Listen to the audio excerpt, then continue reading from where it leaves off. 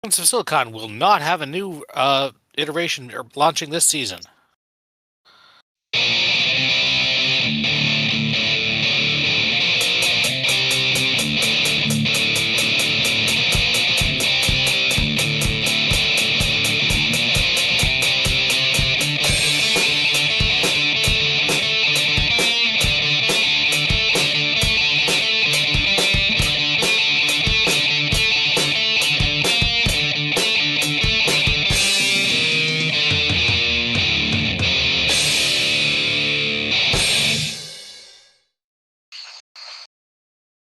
All right, welcome to another episode of Fragments of Silicon. I'm your host, Adam. Joining me as always are Petty and Gollix. Right, so a bit of a programming reminder. MSP is off for the summer until August. So that means for the rest of the season, we'll have the space to do all the things that we can do. Yeah. Yeah. But with that in mind, let's get started with the news. Penny, why don't you start us off this week? It's been more cleaning, among other things. Let's just, without going into it too much, my mother is not wanting to actually clean up the mess in her room and is being a manipulative, horrible human being.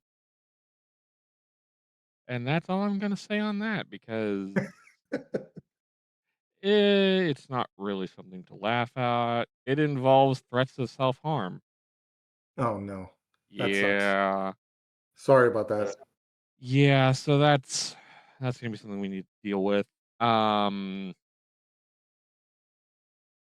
I think I have my Digimon deck sorted out for the upcoming regional in 2 weeks, roughly.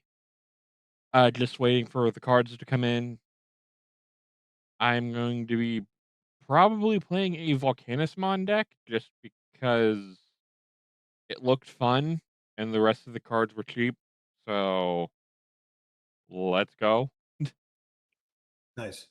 And on the 19th, we're gonna see about um my friend with a truck is gonna come by and we're gonna be hauling a bunch of trash we've been getting out of the house to the dump. So that's gonna be expensive, but hopefully I only have to do it once. What are you tossing? Just old clothes, various trash and whatnot that we has been piling up in the house. We need to get the house cleaned so we can get it appraised to get get it remortgaged because there's some upgrades that need to be done and repairs that need to be handled that we don't have the money on hand to handle. So we need to remortgage the house to get that sorted out. But to do that, we also need to get the house cleaned.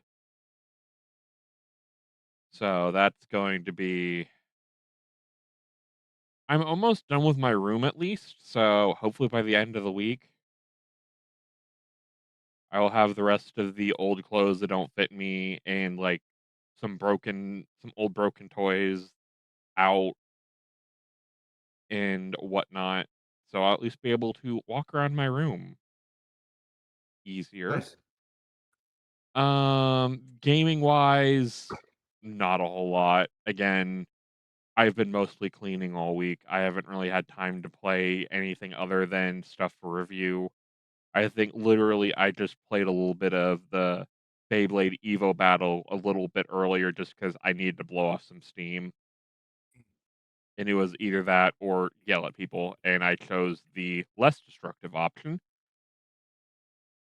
And I guess a little bit of programming note for anyone who didn't see it.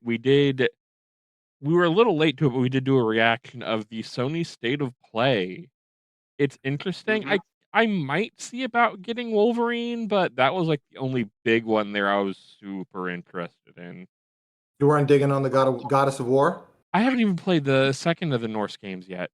Hmm. Just not had time because they're so long. Yeah. And probably by the Yeah. time I get to it, the Mom of War game will be, significant discount.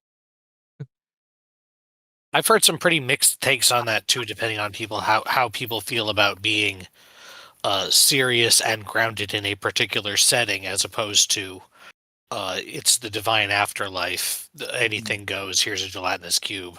Yeah, Okay, so Hmm? oh god, the backstory of that thing is something, like yeah, literally something. Apparently, it's part of a new cosmology that Santa Monica Studio came up with. Well, so is there Because being an ever when. right, I'm just saying, like they're making up their own gods and monsters. we're gonna Aren't be. we all? Aren't we all?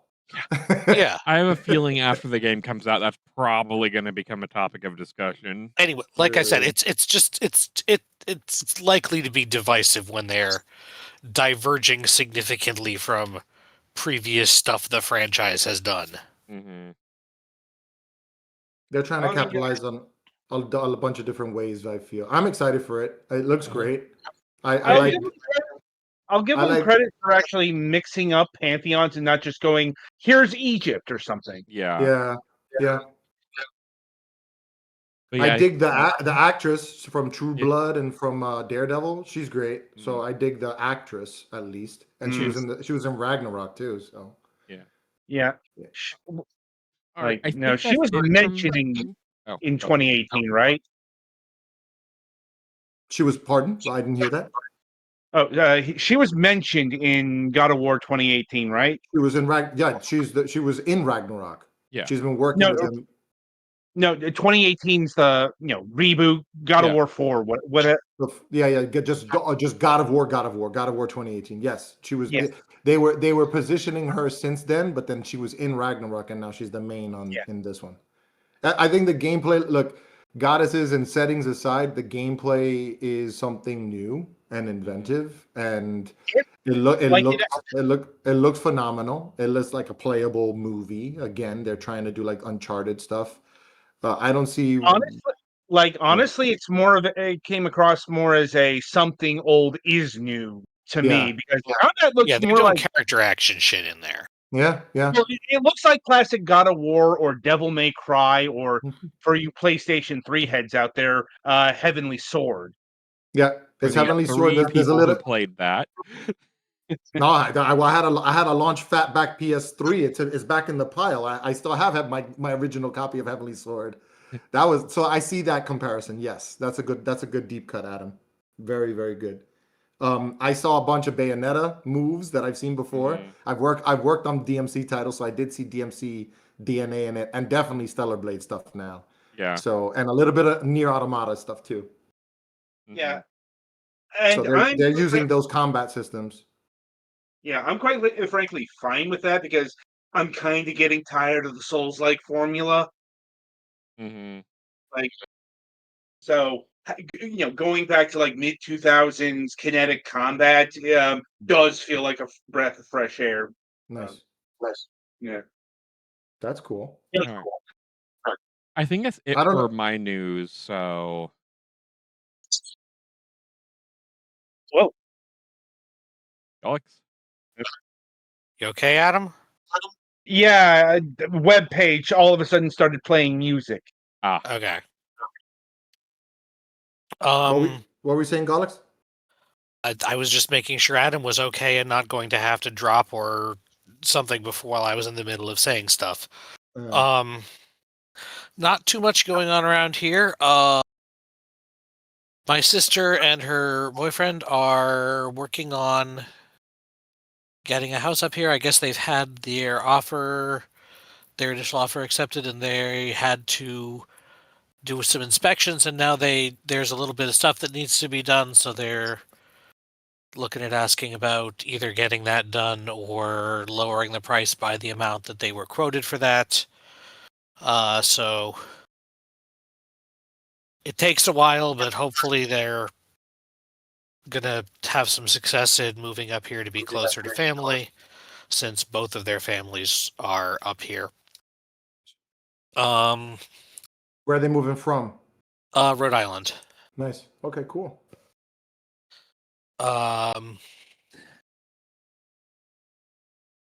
I'm continuing to work on model building, though I'm starting to get concerned that my first step is probably going to be to get a light, but I think I might be getting to the point where I might need glasses or something, because I've been getting minor headaches afterwards, which I think is a sign of eye strain.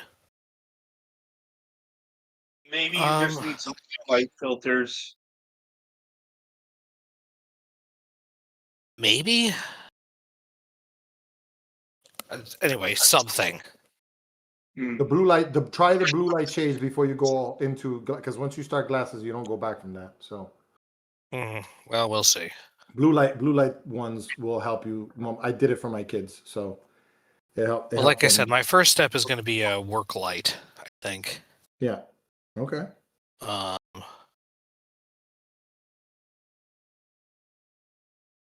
So yeah, that's been good. Video game wise, I've played a bit of Super Robot Wars Y, and I've been, after we did the review, continuing to play Mino the Hollower since I have that because I backed it. Are you a hammer build? No. I've been doing whip and knives alternately. I haven't got the hammer yet. Okay. Yeah. Have you been hitting the knives towards the enemy after you throw them? I didn't get that power up. I got the dash slash. Nice. For my first upgrade. Oh. I don't know if it's location based or what, but I got the dash slash from the chest outside the crypt. Oh, you're in the yeah. I want swamps. Like that game is amazing. I'm on that. I need to get to the swamps next. I've been. Yeah, I was slightly misled about how to get there, so I need to do that. And also, it looks like going that way will also make it so that I can get onto the upper level of stuff in the towns, which I've been the inability to do that has been bothering me the entire time. So yeah, I've been gathering cash or whatever XP to buy keys to just unlock the town and then gets you everywhere.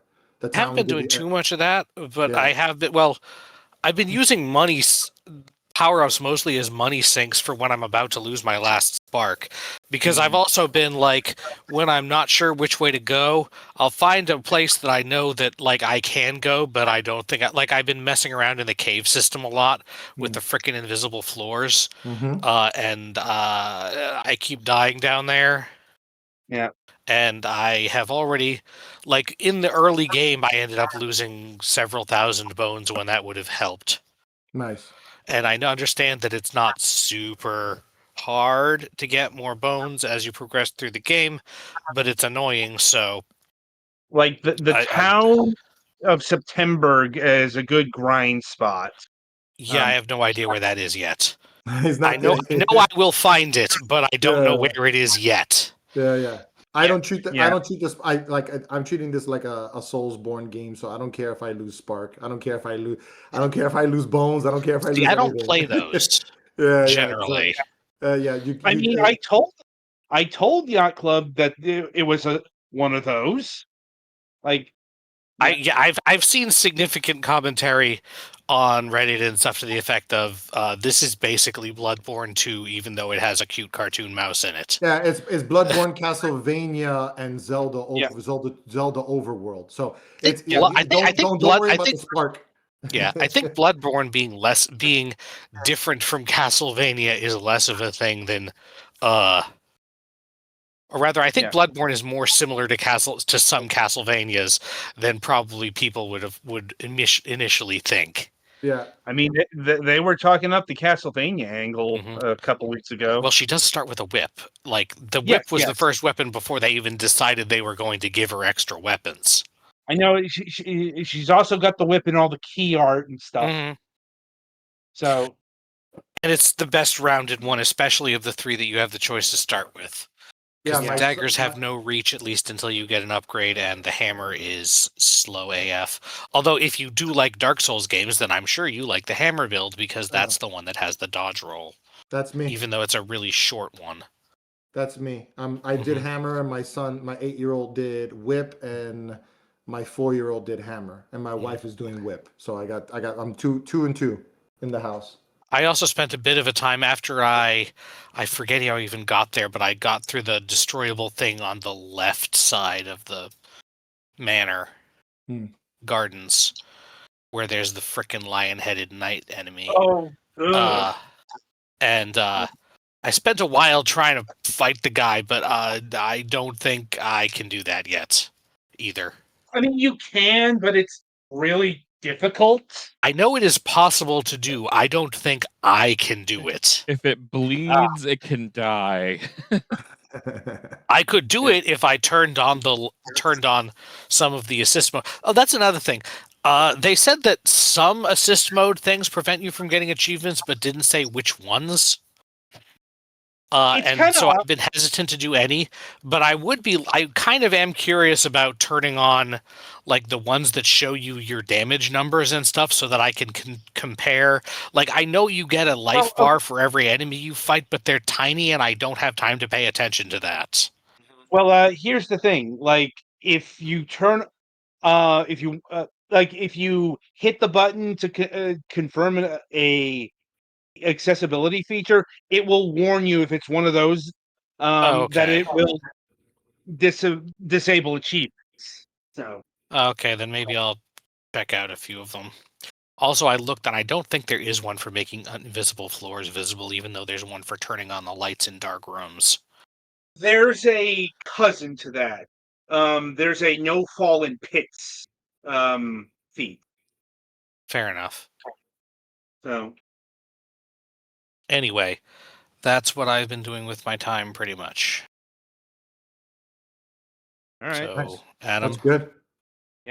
I guess it's my go. Let's see.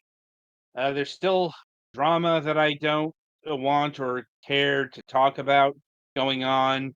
Like I said, that's just gonna be a thing for the next couple of months. So it's causing a lot of strain. But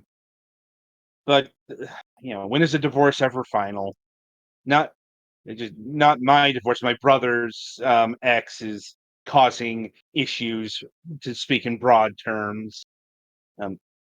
But outside of that, uh, I'm probably going to go shoe shopping with my mother in a few days because my current sneakers are wearing, and she wants to give me an early birthday gift. Like, okay, it's still a couple of months out, but sure, why not? I think it is because my shoes are starting to wear. So, um,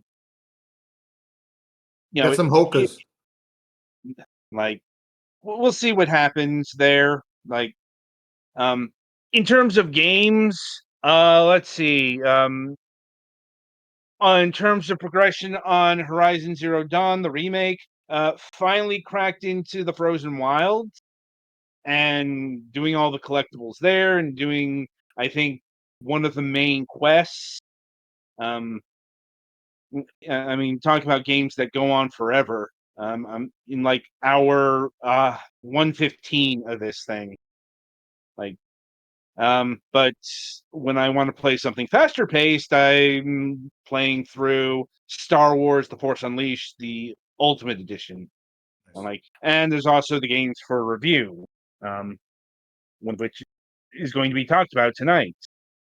And I Nice. suppose with that, we can transition to the interview portion of the broadcast. And joining us this week is Marc Anthony Rodriguez of Acclaim. Hello, everybody. Thank you for having me, and thank you for allowing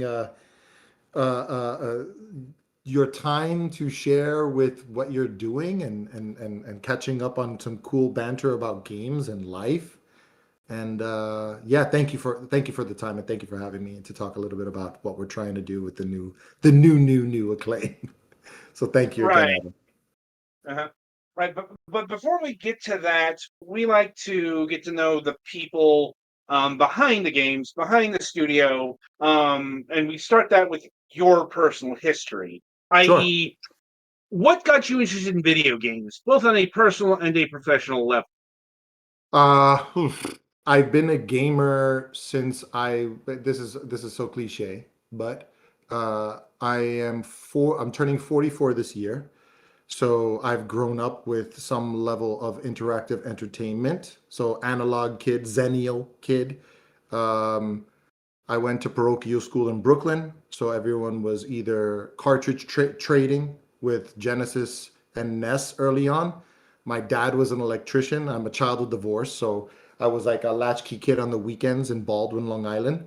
I was doing a lot of back and forth every other holiday, every other weekend, every other summer, and cartridge trading with all the kids in Long Island, and then bringing stuff back to Brooklyn.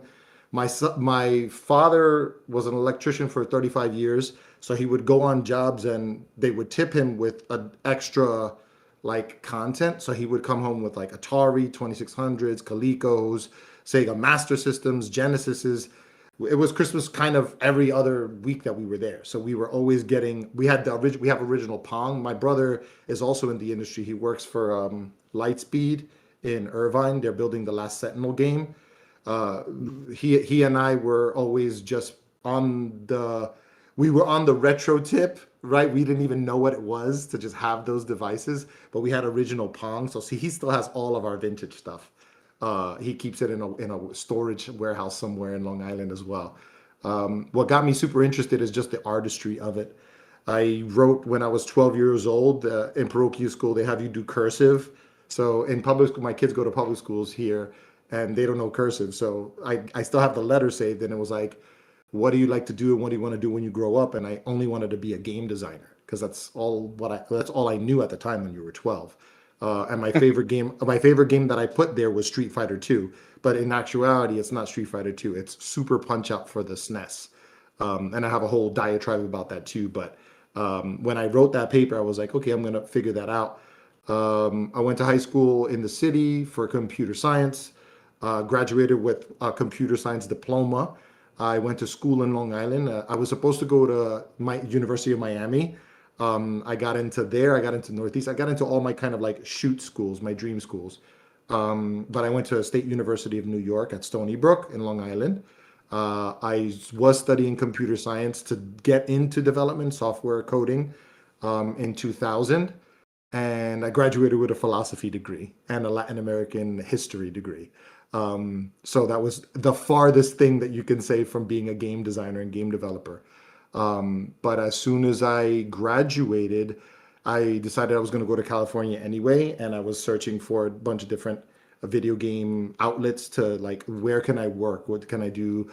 I didn't know what QA was at the time either. So I saw these openings for QA jobs, QA jobs, QA jobs.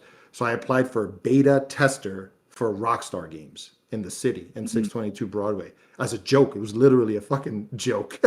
I didn't know what I was doing. And I wrote my letter talking about Super Punch Out.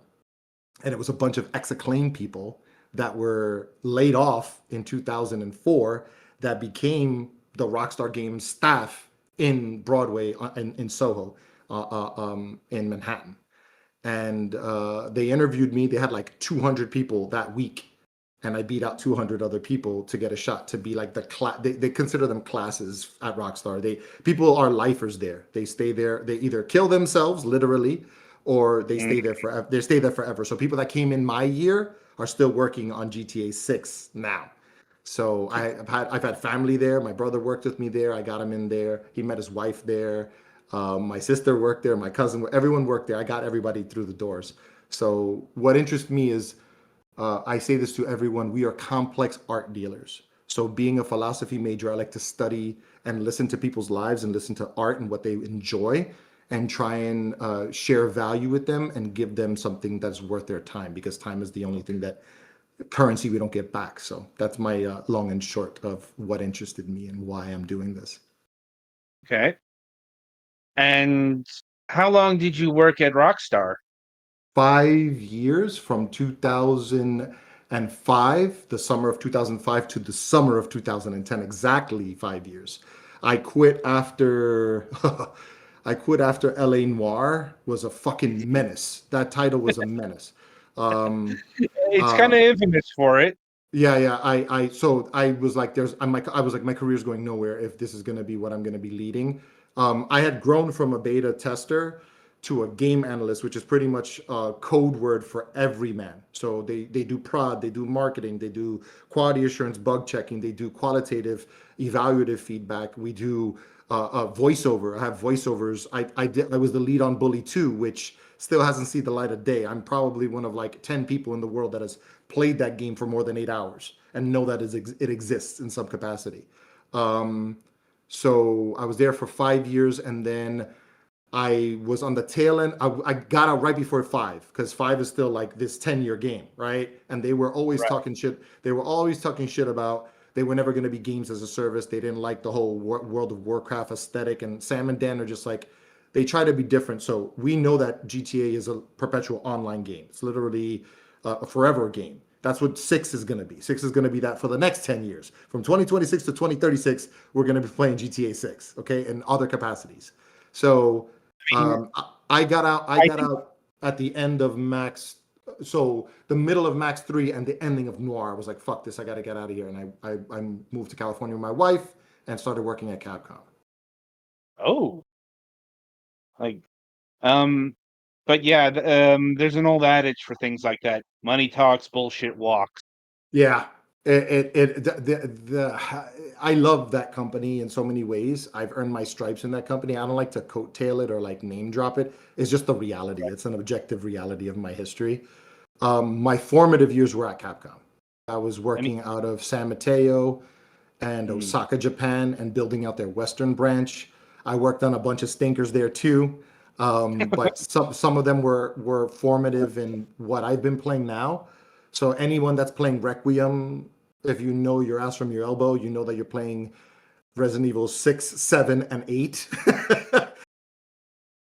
And that's kind of like the feedback that we gave them. I worked on 6. I think 6 is one of these sleeper products that people don't give it its just desserts because everyone's so tied to the original OG trilogy.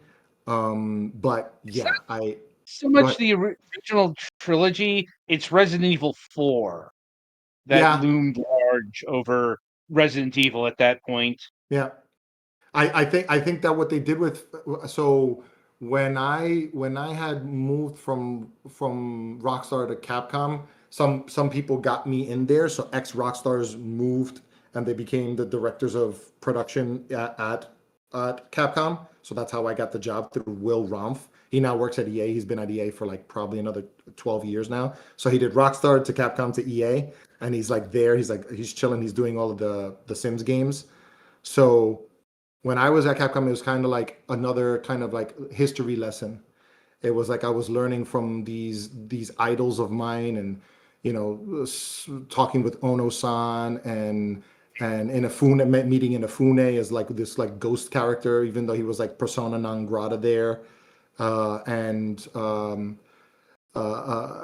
there's a bunch of other stories that I could tell about Capcom, but I have so much respect for what they've done in this past year, specifically starting with Monster Hunter Wilds, and that was my goatee. I mean, they're having an amazing year. Yeah, it's a nice run. And they're not finished. They still got Onimusha at the very least. I think so. Nakayama took over after Ono left for Street Fighter stuff and fighting stuff. So I've seen a bunch of like mock-up fighting games that people would love, and he's a genius. It was so crazy when I would go to Osaka. Like, I don't know the language. I know like 5 words, and we're working with these Japanese teams and through interpreters, and they love the fact that we have all these ideas. They couldn't incorporate these ideas 10 years ago when I was there, right? So I was there from 2010 to 2015. When that was like my golden era. So I shipped Case West, a DR2, DR3, DR4, and then that was my last product there. And then I my jumped. condolences. Yeah. But I worked on the early rummages of 7. So when they were testing out what they were going to do for RE7, I was like, yeah, this is the way to go. And we gave them all this feedback, and a lot of stuff that we saw that we gave them feedback wise 10 years ago is now we've caught up. I guess they've caught up because they're not early adapters. Like, everything is still considered a ROM. Everything is still considered master code. Like if there's things that need to be changed, they cannot change it. They will not change it. It's just cultural. It's just the way that they do their Yeah, design, and it's very, very unique and respectable. they still believe in the fax machine. Yes, that's a big, it's a big thing of value. They have strong value adds into everything. Every time is valuable to them. So yeah, that was amazing. And then I jumped to Arc Games to launch that free to play platform for Perfect World out of Shanghai. And that year, and then I came back. You've never played Star Trek Online or Arc Online, or have you heard of all those MMORPG Yeah, games? I mean, definitely heard of Star Trek online. Mm. Yeah, Like, so I launched that launcher back in 2015. The launcher uh, before Perfect World got onboarded or bought out by Gearbox or partnered up with Gearbox because of it, They had it Torchlight deals and Revenant deals. yeah, the thing that went pear-shaped for Art Games when they were Perfect World was apparently Magic the Gathering Arena, I think. Yeah, yeah, yeah. That thing that appeared on the Epic Game Store. Yes. I worked on that launcher, the Arc Games launcher, for about Mm, a year and a half with them after Capcom, because they had a reduction in staff and they were pulling things back to Japan. They were like they bought into the studio, Blue Castle turned it into Capcom Vancouver, didn't have good luck yeah. with what they did for Dead Rising series and all that stuff. So then I came back to New York to work with streaming tech. So I'm kind of a journeyman when it comes to interactive entertainment. So I helped launch like HBO Now and WWE Network when it was available, the Golf Network, MLB.TV. And then that company spun off into another company that Disney bought. And then I helped launch Disney streaming services. Oh, Pandemic hit, then they laid off a bunch of people, or they told people to move to South Carolina. And I was like, I'm not moving my family. I just had a newborn son in 2017. And then I started mhm. my own company in 2019 with Vox Pop Games. You guys had interviewed my CEO previously, my co-founder, my partner Charles Yu. It was Right. a cool competitive adjacent, itch.io with a little bit more bells and whistles and a little bit more, dev core centric. We had a cool publishing library. We published about 14 games in 5 years, which is great for a company that was like zero revenue, right? We were still making money for these people. They were just owning the majority of it, the developers, which is the right way to do things. And now I'm doing things with Acclaim in a different way. So Right.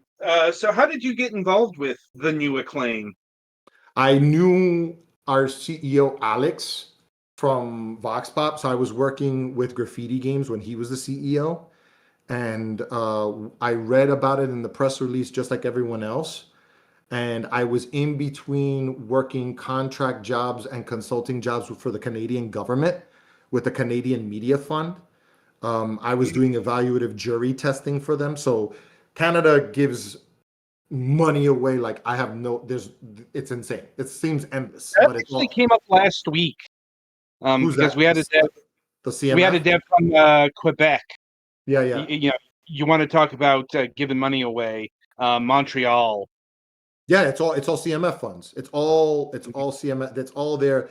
It's literally their state socialized arts program, which is it's Yeah. awesome. I wish the United States, but the United States is never going to do that. I'm sorry.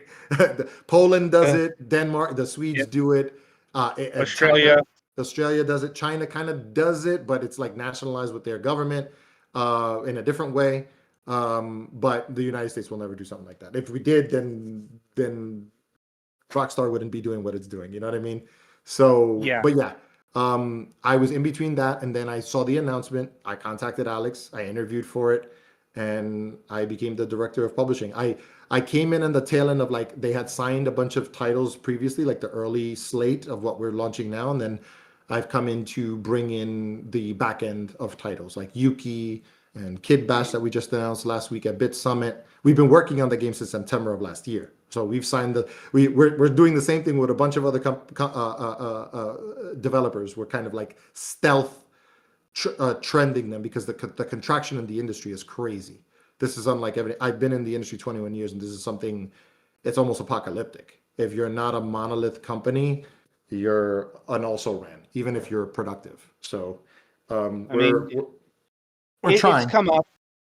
It's one of the things that's come up, but ironically, it's also a golden age in terms of games Yeah, because yeah. there are so many games coming out. Um, just there are too many games coming out, and it's a something that pops up every now and again because like Steam releases like 20,000, 25,000 games a year, and that Yeah, number's just up. yeah. Um, because as it turns out, the tools to make games have never been more accessible. They're still hyperinflated and super expensive, but the running meme is my backlog has a backlog. Well, your wish list has a backlog. So Yeah, everyone's chasing trends. It is in consultant speak, it's the waterfall of content and the limited amount of time that we have to give attention. So we have an attention driven economy that now the kids are instant dopamine, so ease of access, ease of use, the Roblox, the Fortnites, the Minecrafts, all that stuff. And then you have, like I said, everyone else competing for like slivers of the adjacent Steam adjacent stuff. For Acclaim, we're shipping on everything. So I like to put that forward in every single pod that I have and every single interview that I have. It's we have to be on every platform. That includes mobile, right? Because technically a Switch and a Steam Deck are mobile devices. yeah, Raj Ally is a mobile device, So I do most of my gaming on handhelds. I think that's the mhm, renaissance that we're in now. Because of my right, kids, I have a bunch of different switches and and my rigs and stuff. But that's my predominantly like I'm playing Mina on it. And I'm switching time off with other games, So, but yeah, evaluating a ton of stuff, our internal stuff. So, yeah, yeah. We actually do know how that goes. Just between our personal game time and we review 4 games a week, week in, mm, week out. mm. Um, and it's just a deluge. But putting all that aside, so I'm sure a question that it was certainly on the mind when this new Acclaim was announced is why? Why bring this brand back from the dead? Yeah. Um, there's a bunch of like hidden blades in that answer. My biggest thing is like I said, I got my break with the claimers, so I'm trying to make them proud. That's my personal thing. The investors have other reasons. I think it's an easier lift for us as an independent company to have a legacy brand, a legacy, a logo that looks cool is a logo that looks cool and it's timeless. So although that there's been variant versions of Acclaim and it's been resurfaced through like Throwback Entertainment, which owns the majority of the old IP of the old Acclaim Yeah, Entertainment, right? we had them on They the have, show a couple times. yeah, they have great, like that team is great. So Yeah. I have no hate towards them. I am a person in this industry who has burned not a single bridge, and that is an extremely difficult thing to do in this industry for 21 Mm, years. So why Acclaim now? Because I want my children's children to be fans of this product. I want my grandkids to be like my grandfather worked on that brand of Acclaim. And not they might see how we see ColecoVision and Pong as the old Acclaim Entertainment. But this version of Acclaim is going to be something that I want my kids to be the new Acclaim kids. I want to build those new fans in a different way. So yeah, I mean, that's why we're doing a lot of friendlier things, a lot of family friendlier titles that are mm, accessible to more people, more minds. Acclaim, the old Acclaim, did they weren't just like Turok or Shadow Man Hmm. in terms of their games release. They released games all across the spectrum. Yeah, Like they had the LJM play. There was Bigfoot. They did yeah, the Demolition Man game. They did a lot. It's a lot of licensed stuff. A lot. Yeah, What the kids call it, like what slop, like license slop, like AI slop. Well, back in the day, there was still slop, and it was license slop with or different plays.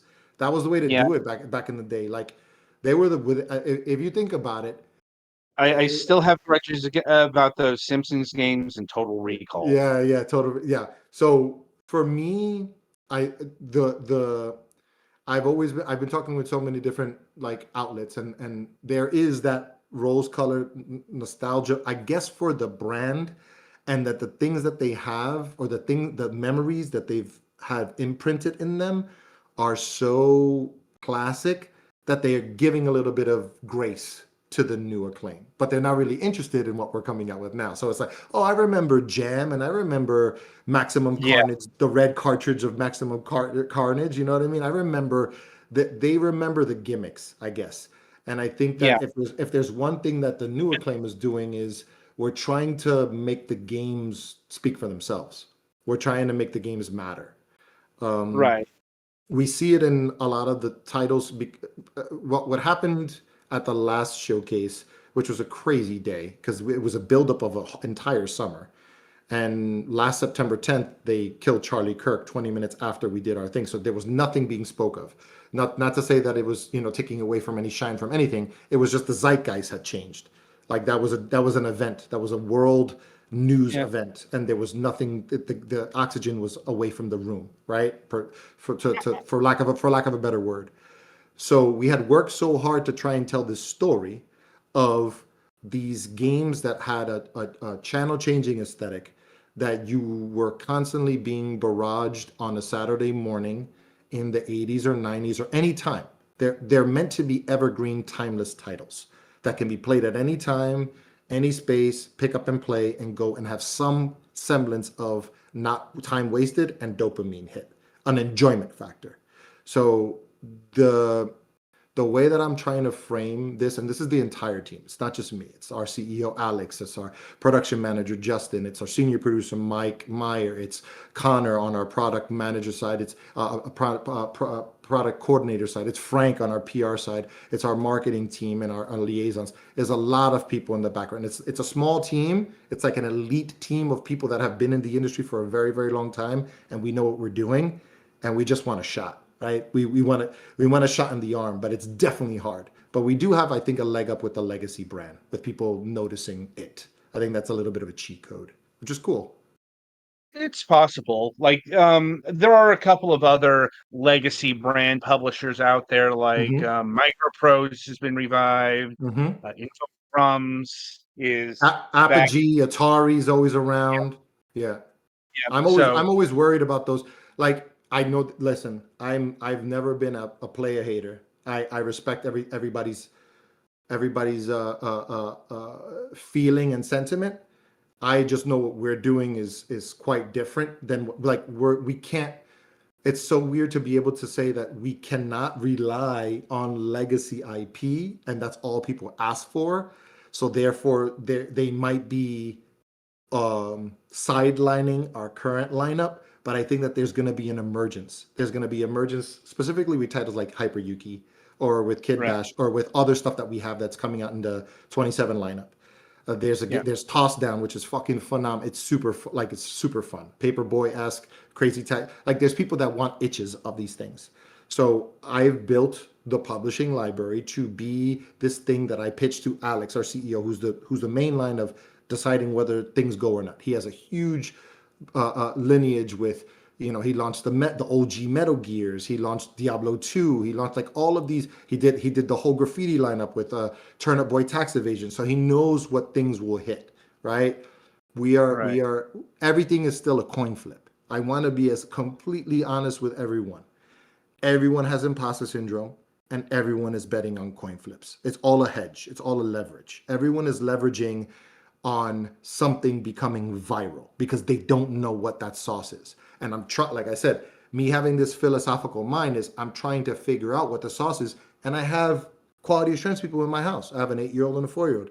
Will they play this thing for more than 5 fucking minutes? Right? Will they look at a screen that is not a Mario, that is not a Roblox, that is not a Fortnite, and will they play something? And if they do, I bring it to the rest of the old fogies like us, the 40-year-olds, and we're like, this hits. Can we market this in a certain way? And then we start doing market testing and evaluative feedback and content analysis and all this other stuff. So we're trying new things, but everyone is still learning and everyone has their own bag of trying to make money, and everyone's still competing with the waterfall of attention and time. So Yep.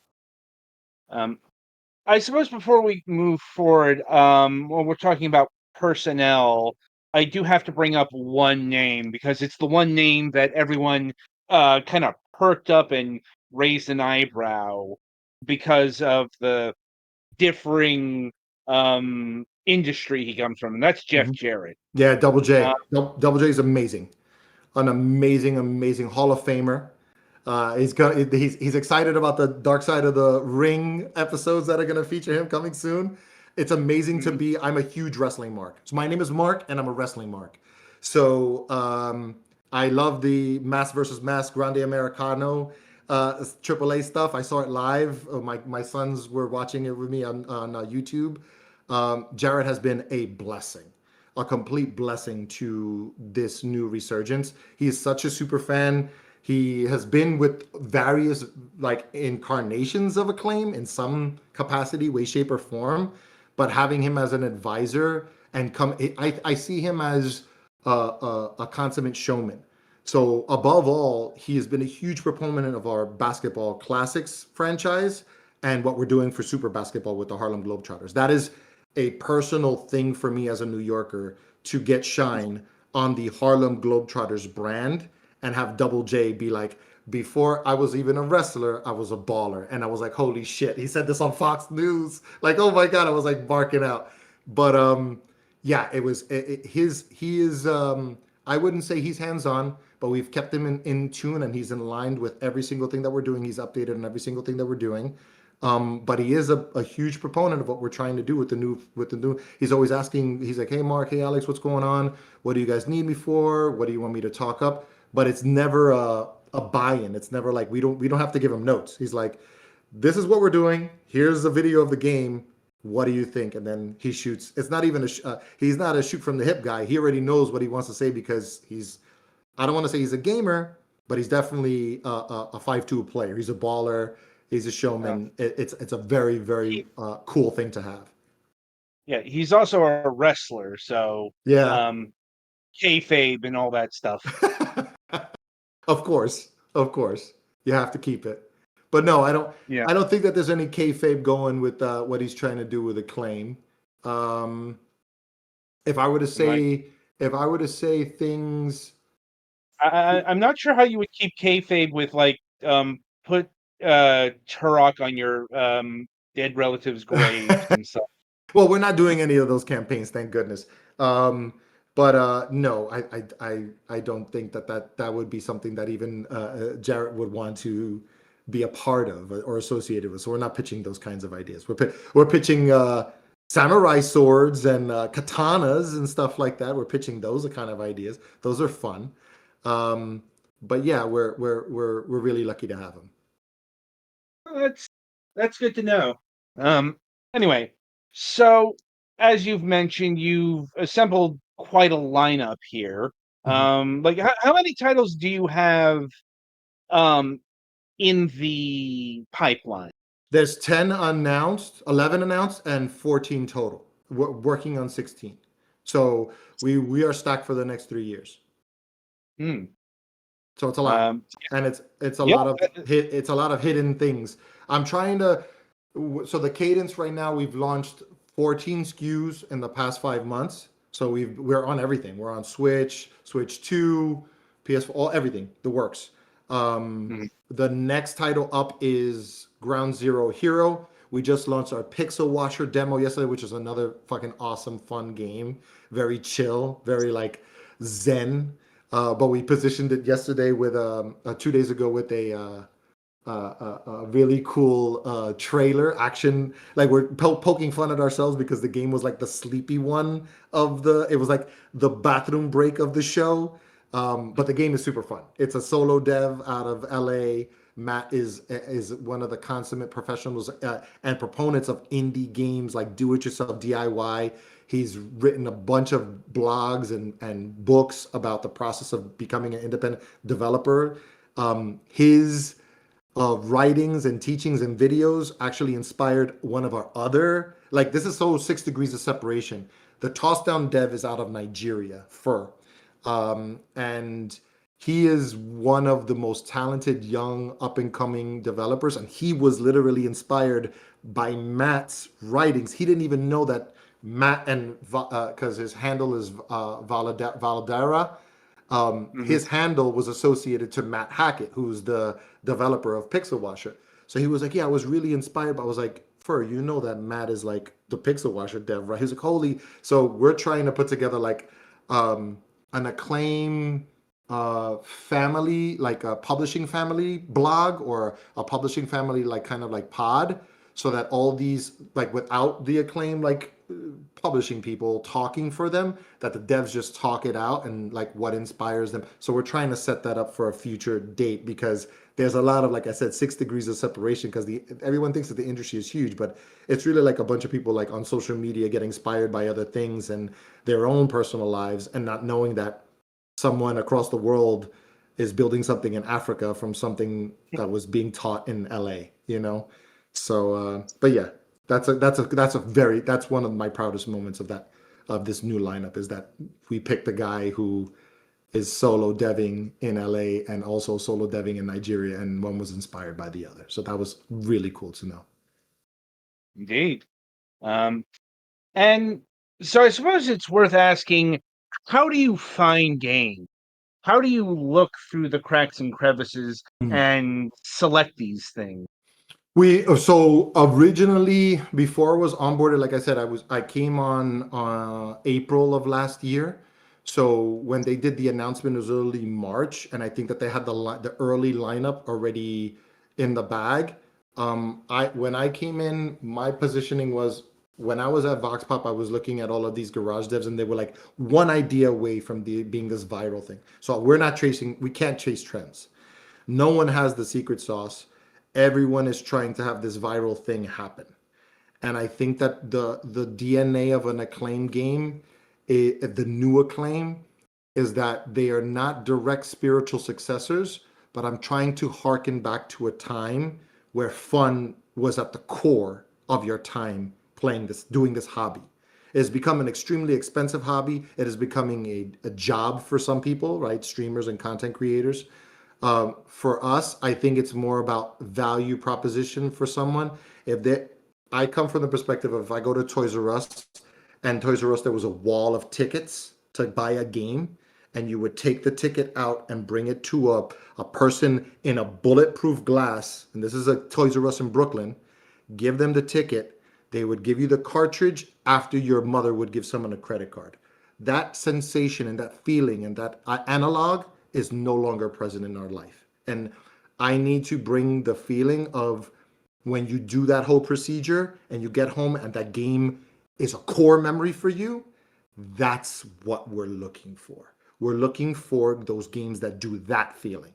That after you've done this whole process and saved up some money and you see a cool game and you buy it, your value prop and your money is well spent, because you're getting something from that hobby and you're getting a feeling and a sensation that is, it's indescribable. We are trying to create core memories in people again. And I think that even if it's bad, that's still something that, listen, I can't be a cynic. I have to be I'm not even an optimist. I'm an objective realist. And I need those processes to happen, but I know that it's not going to happen with everyone. People are going to hate on things left and right. I can't control that. I can't control the internet. The internet is beyond us. But what I can do is try and steer people into a direction that I know that they will get something out of it, and it will be affordable for them. It won't be, a fucking $100 game in like 35 hours or 70 hours or 700 hours, right? I have to split my time between Path of Exile 2, Mixtape, all of the games that we're evaluating and producing, Mina. Like, I play everything. I play everything in short bursts.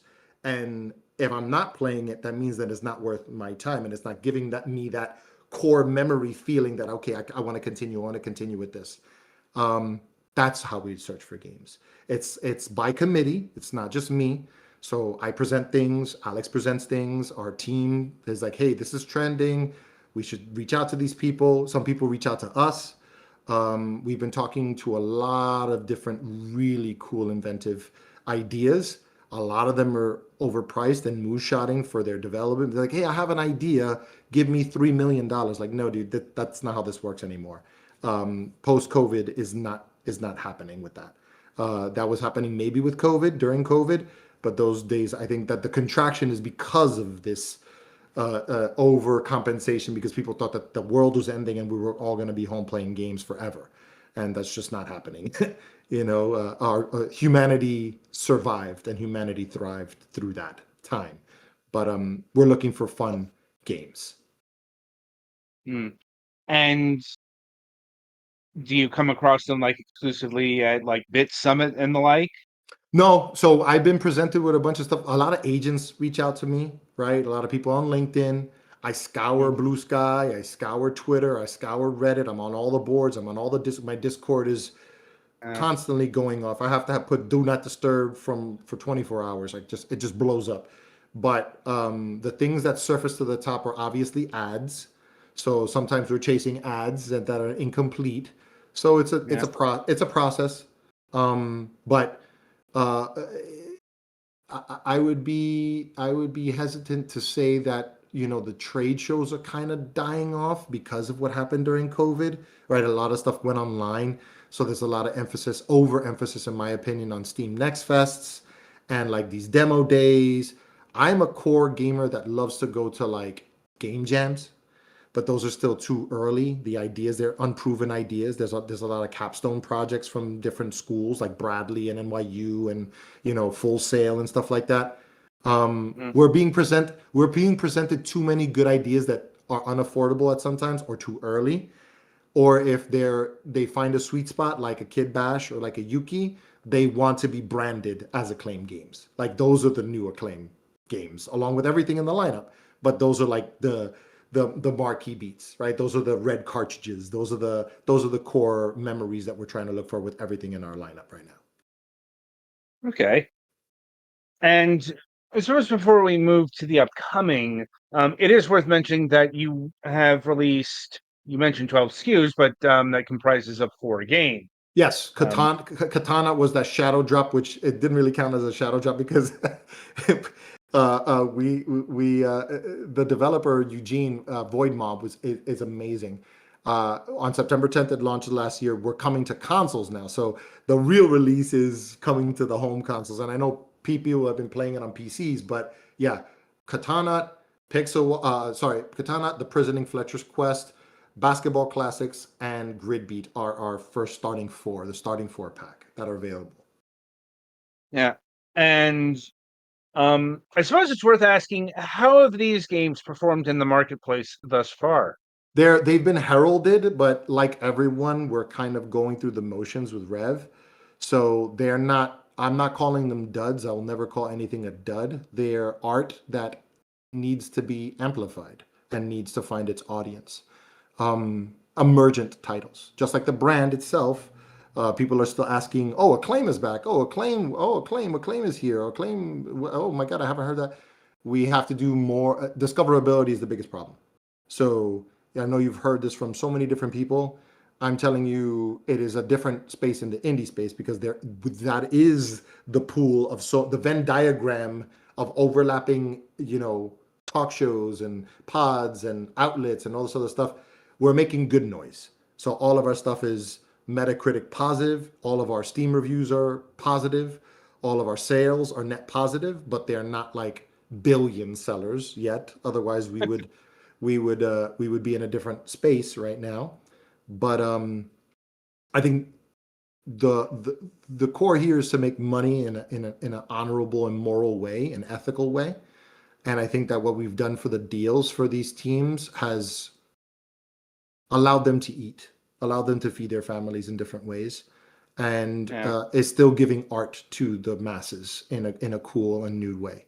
Because people weren't going to be able to experience Basketball Classics, and we wouldn't have Super Basketball Classics featuring the Harlem Globetrotters without Basketball Classics. So I think that these are opportunity vectors for us. They're giving us pillars to stand on, Yeah. and I think the foundation is good.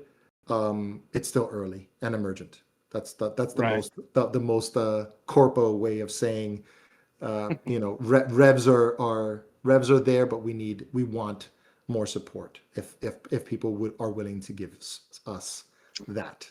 See.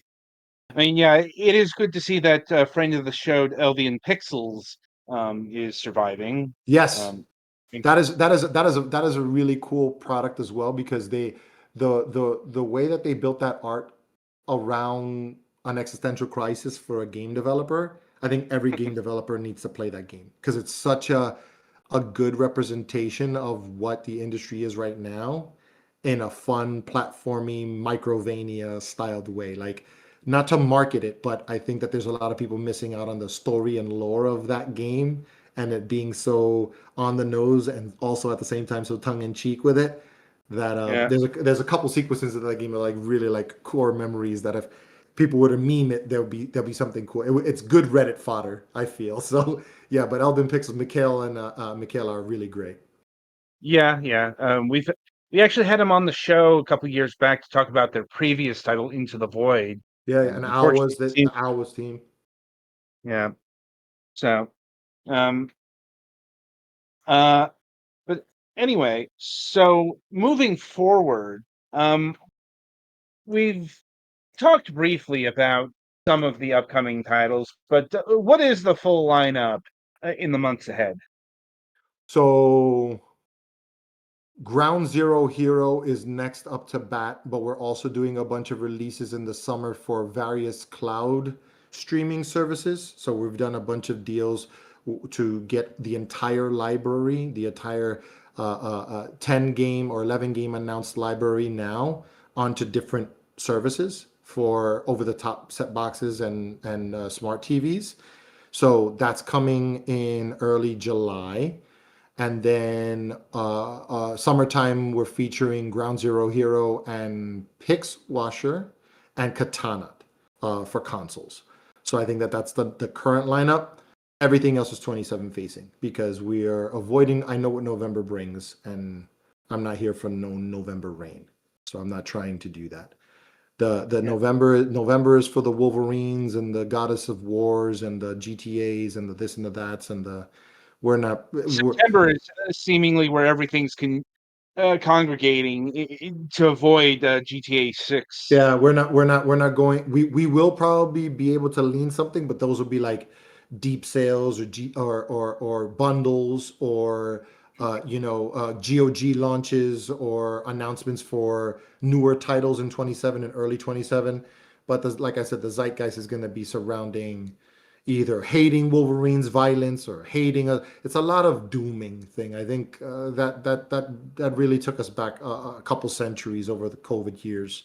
Everyone finding the bad in things and being, I the mean, there are consummate cynics. there are plenty of reasons right now to be miserable, Yeah, um, I agree. but that would be getting beyond the scope of what we're talking about here. Of course, but I like I said, I'm not an optimist. I'm a realist, objective realist, and I have really good things for. I'm not a rich man. I'm a working class person, Hmm. and my children are healthy. My wife loves me, and it's that Jerry Maguire meme. I wish everyone the same luck. That's my happiness vector. So. And if I get to play cool games in the interim and I get yelled at about it, that's also a win. You know what I mean? So Yeah.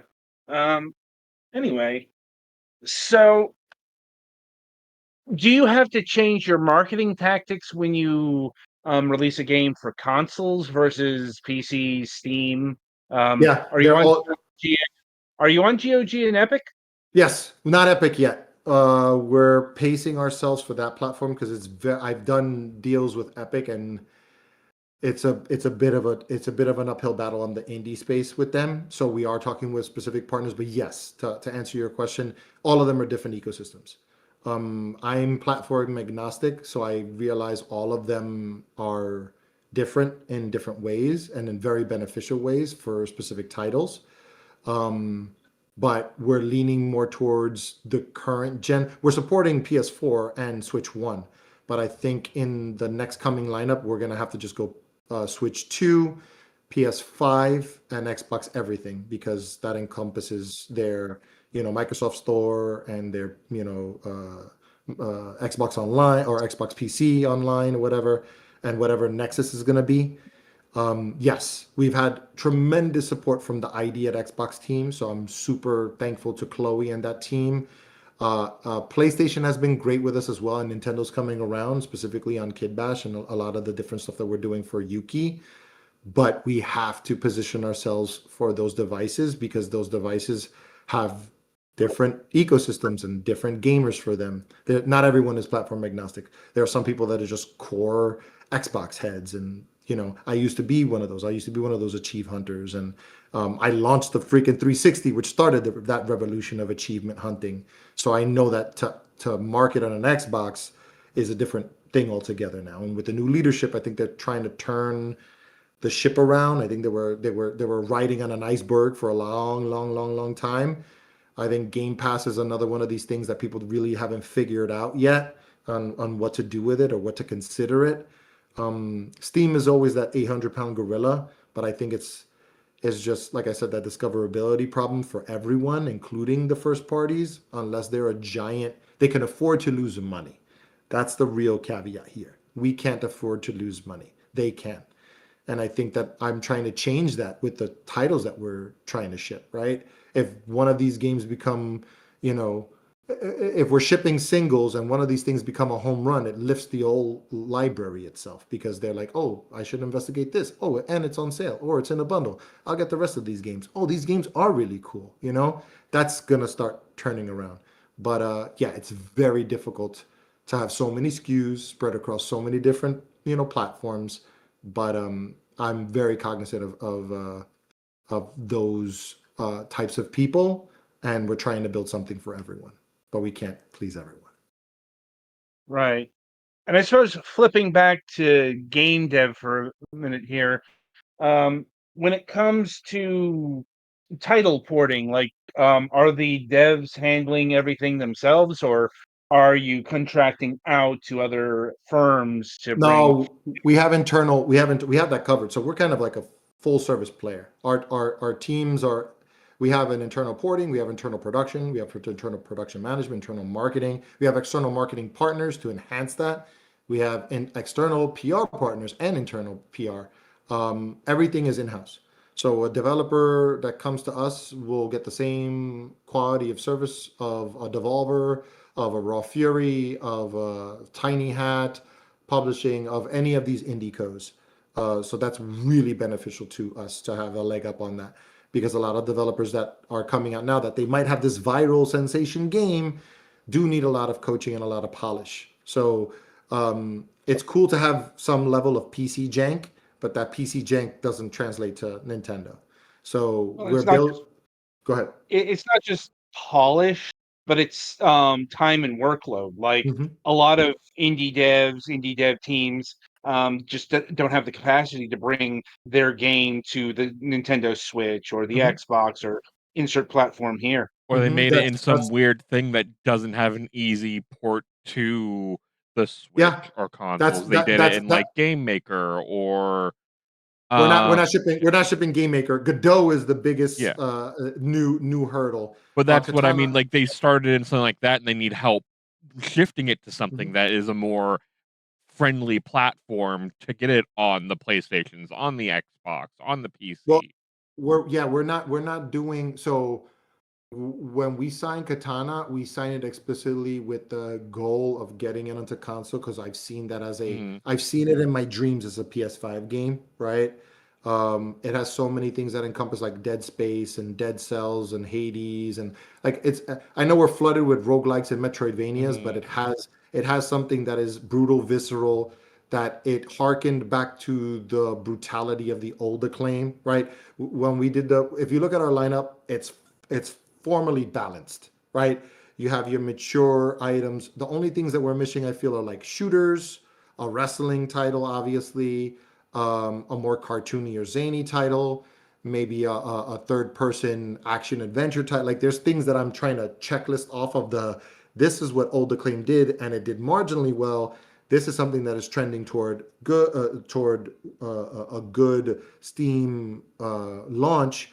Let's try and talk to them to partner to see if they want to become part of the Acclaim publishing family. So when to your point, Adam and Petty, yes, we are helping these teams that are sometimes solo devs or co-ops bring their dreams to the normie platforms of the Switch and the Switch 2 now and the PS5. So for us, that's also like a cool feather in the cap that we're able to stand with the big boys of the independent publishing space and be like, yeah, well, we offer these are the services. If you're trying to do like a bidding war, you're going to get better, margins and values from us because these guys are going to mark up their prices and they're going to take your time to recoup your dev budget. They're going to take years to do that if the game doesn't hit. So we're allowing ourselves less risk. We're mitigating risk a lot of the time with these developers and their risk overall.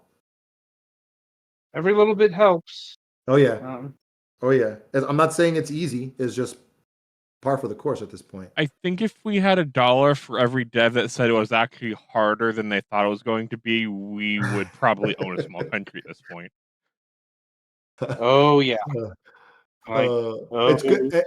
I am so happy that I'm a part of these people to be able to like you mentioned the Elden Pixels team. Mikael was showing his son in Sweden his game on his Switch 2, and he showed us the video of his son jumping for joy and singing the songs and playing the game.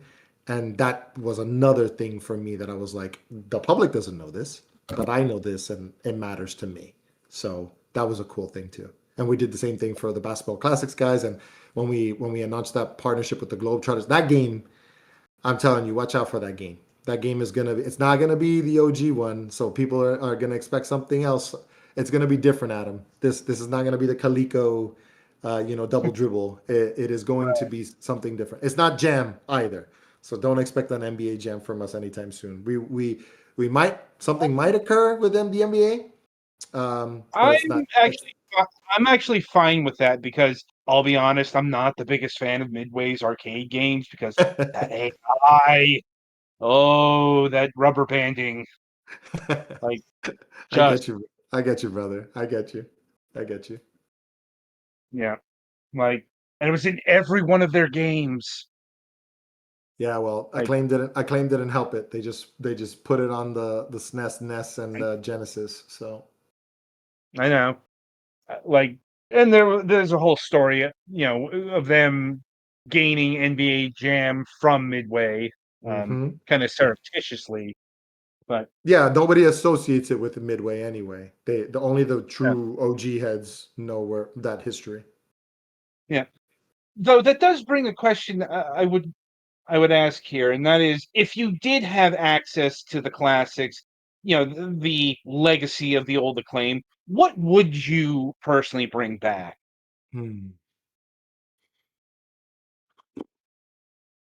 It wouldn't be any of the LJN titles, even though e- even even though those licenses were good. I think that they squandered that to make a quick buck. Um, I was Like, I was I was extremely I so can this is going to I be can like a tell go you ahead. why Go ahead. Acclaim owned LGN. It was to get around Nintendo's restriction Yeah. because Yes. Nintendo had a policy of 5 games per publisher, Yes. and LGN was actually a separate company. In fact, they Yeah, were also a toy maker. that's So, where all the licensing deals came from. The toys and the yep. and the and the merch plays. We're not doing those plays. So for us, all of that stuff is owned by Throwback. So if I mention a game that I really want, it's Well, it's it's not. either Throwback or Night Dive. Yeah. But Night Dive's doing they just did the Shadow Man remake, which I played and I loved. That was one of the Hmm. games. I know people are clamoring for the new Shadow Man, but that's being done by Blowfish. Um, Yeah, we've talked to them a number of times over the years. I'm not sure if that game's ever going to be a thing. I've seen it. It is I've seen it. It is a thing. It's just not what like this is. I've had this other conversation about the Rumbleverse and all of these people like really supporting Acclaim doing this is like such a weird parasocial thing that they're like tying Rumbleverse to Acclaim and Iron. I work with Iron Galaxy on a bunch of titles because they Adam Boyes was their original co-CEO. He ended up Yeah, he was I working at think Capcom. I forget who we talked to with Iron Galaxy, but they were really enthusiastic about Rumbleverse and crushed when it failed. That would that so if I position something from the old Acclaim, it wouldn't be what it is. So Mm. I'd rather reserve it and state that what we're building now are adjacent titles, or like I said, the cousins of the older Acclaim. I think all that Mm. stuff, some things are best left lying. Mhm. They're best left. I don't want to say dead. I want to say let things lie, because at this point I would be lying if I said I wanted any of the old throwback stuff or any of the old IP.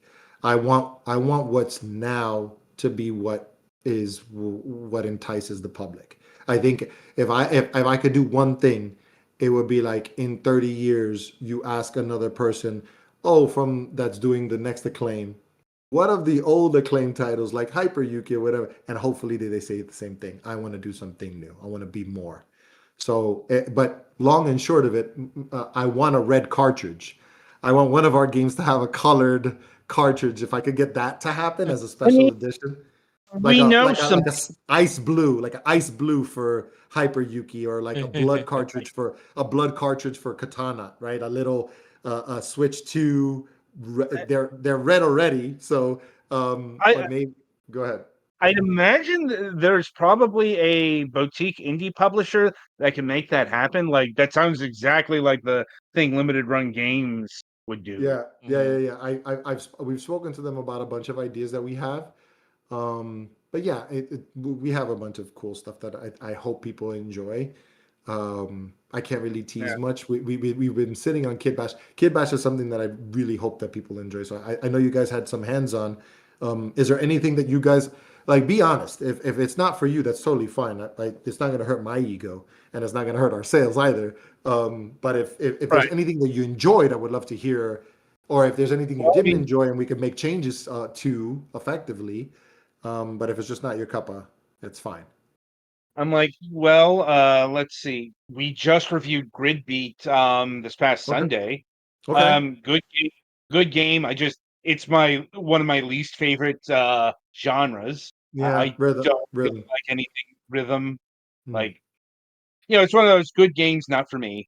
Yeah. Right Yeah. now, this week, one of the games we're reviewing is The Prisoning. Next week Hmm. is uh, is it pronounced? Cantonaut or Like astronaut and katana. So katana. Like astronaut Katana? with a katana. Just Yeah, katana. Yeah. yeah. Some That's people next. say cat. Some people say catanat. There was a bunch of memes that we were doing with cats. Like no, it's katana. Like katana. But Yeah, no, that's cool. Cantonaut. Have you guys had hands on with the demos from Bit Summit for Yuki and for Kid Bash, I'm or not playing yet? Yuki right now, like Okay, on Yeah, what's up they've with? stream. been playing in the background while we've been talking, or at least Yuki has. So, Okay. Uh, Eddie, how have you been enjoying that one?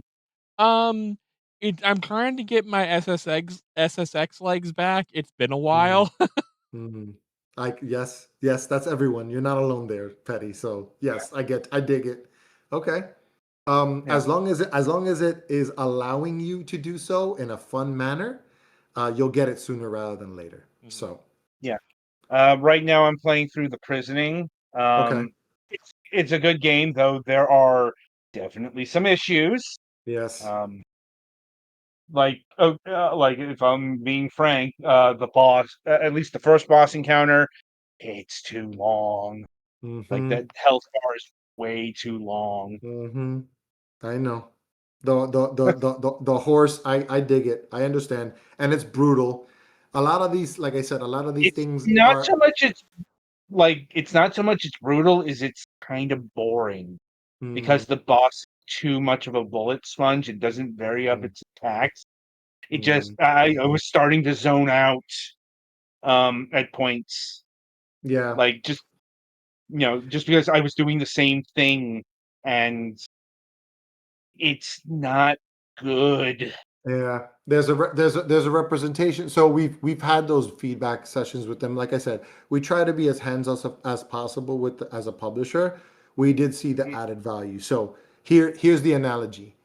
If you go back to any of those games from the 80s, you were getting bored, but you were an 8-year-old with homework to do, nothing else. Now we're older men and we have responsibilities and we don't want to be bogged down with bullshit, right? So I think that what that title did was harken back to a time, but giving a story that's contemporary. The thing that really enticed me about that game was the story overall. The gameplay is, I don't want to say mid, I don't like to say that. I just want to say it is a classic puzzle platformer, shooter platformer, Metroidvania. So Mega Man esque Microvania with existential dread of a game designer, right? I think that that's an art piece. I think that like I said, it's not gonna be for everyone. And no, there's people that fucking hate the Mona Lisa. I'm not here to say that's what this is. Some like I said, if it's not everybody's cuppa, that's fine. But at least I'm able to say that as a publisher, we allowed these artists to bring their art to the world in the way that they wanted to. We gave them advice. We told them that this would affect sales, this would affect, their scoring and all this other stuff, and we still had to hit a ship date. So a lot of this stuff is, we could go back and refactor, but then it won't be the game that it is, right? Right. So I was able to complete it a bunch of times, but I had to, right? Because I was stubborn. Gridbeat is another example. Like we've had mixed conversations about how to improve that game. We're building out a new flow state for it because a lot of people are getting these games are hardcore, right? Katana is a hardcore game. The only game that's a soft game is b-ball, right? And some people are having a hard time with that as well because they don't know. They're too used. They have 2K brains at this point, right? Everyone only understands how to play 2K. So Mm. trying to rewire these systems for the contemporary audience is another thing that we're trying to fine tune with the next games that we come out with. So Petty mentioned it, trying to get my SSX legs back. Well, as long as you're having a fun time doing it, for your sake with prisoning, you're not. That's unfortunate, but that's okay because it's you. It's not, someone else would be like, oh, this fucking game was baby cakes. It was easy. My brother's friends used to talk shit. Oh, you're cabbage. You're nothing but cabbage. They used to make Gears of War and just call everyone cabbage if they didn't know how to uh, you know, pitch perfect reload, right? And Gears. Mhm. So what I would say is these intro titles, like I said, are not the opening salvo. I think the entire lineup of 26 is the opening salvo, but it's telling a different story through all of these releases, I feel. But Katana is super fun, so I don't know if anyone's played it. Galix, I don't know if you've had time to play anything. I would like to hear from you, but thank you for that feedback, Adam, and I'm looking No. forward to your review. Yeah. Um, well, I suppose Yeah, before I we don't think I've done many of these yet, but they Okay. do look interesting at least. That's Yeah. good. That's then I'm doing something okay. But if you Yeah. get a chat, like I said, I would love to hear any Hmm. feedback. Put it in the Steam review. I don't, and please say, hey, this is me from the Yeah. Fragments of Silicon. We're not gonna not talk to you. We're still gonna give you codes. It's more Right. about, hey, your opinion's your opinion. I respect everyone's opinion. If you don't have the bad with the good, you don't know what you're doing good. So there has to That's be dark to the light. that's handy. Um, I suppose I'll see if my colleagues have anything further for you that they haven't asked yet. Sure. Thank you for the time again. I'm sorry. Hopefully I'm not boring you guys. No, it's been good No, to no, talk to you. no. Yeah. And here's that review of Gridbeat we just did. Nice. Put Discord. Awesome. No. Thank you for that. Like I said, we're gonna probably release that. We just released it on Switch with the Switch 2 upgrade. We're gonna probably Mhm. position it for other consoles as well, because there's some people that have been asking for PlayStation 5 and Xbox, of course.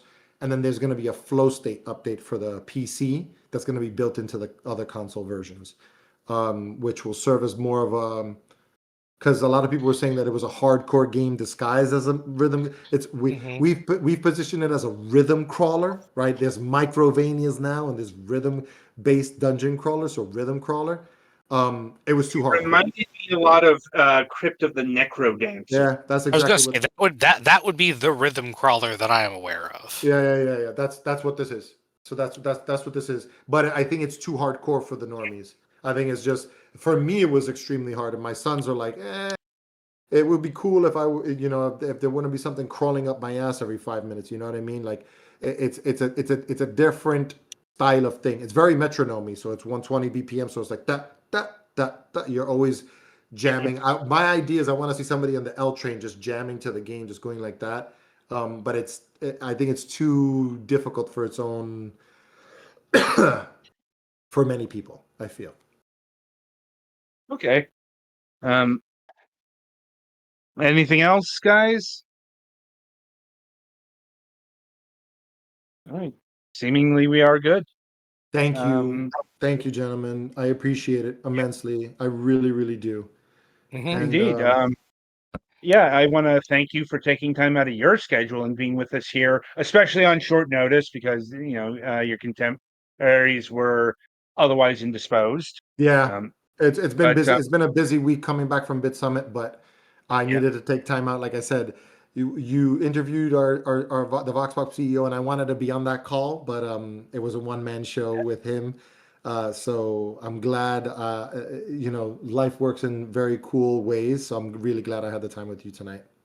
so it seems. Well, we'll probably have you on the show again, sometime in the future to talk about the next Pro- batch of games yeah, announced and so on and so forth. I mean, yeah. that's how it usually goes with these things. That's great. So, I would appreciate that immensely. We're planning on another fall. We're trying to do an annual showcase, so we're planning for the fall already now, even though it's not even summer yet. But that's the way that it has to go. At least we'll have another showcase, hopefully before the onslaught of everything AAA coming in September. I would like to position it for that, but we will have some cool surprises that people will be, and I would love to talk about that slate that's coming up. Like I said, let your community know, or our community exists, and Acclaim is on every single channel and every single potential platform. And if people need codes to review, or if they want to talk about pitching us some games, we're open for business. We're not going anywhere anytime soon. And uh, let us know yeah. what you guys think of the Kid Bash stuff if you get hands on. Well, Petty's actually playing it right now, I think. Yeah, Okay, cool. like the demo. That is going to Tribeca Games Festival in the second week of June. So it's in the running for the jury prize.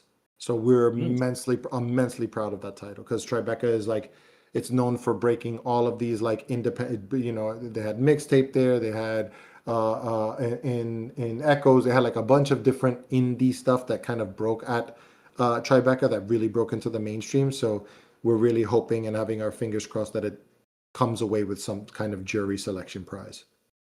all right. All right. So yeah, Acclaim has a number of titles out now on the PC, Mhm. and they are coming to a platform near you. Be sure Everything, to check. everything, everywhere, all at once. Yeah. So be sure to go and check them out today. Yes. Right. So Petty, play us to the next segment.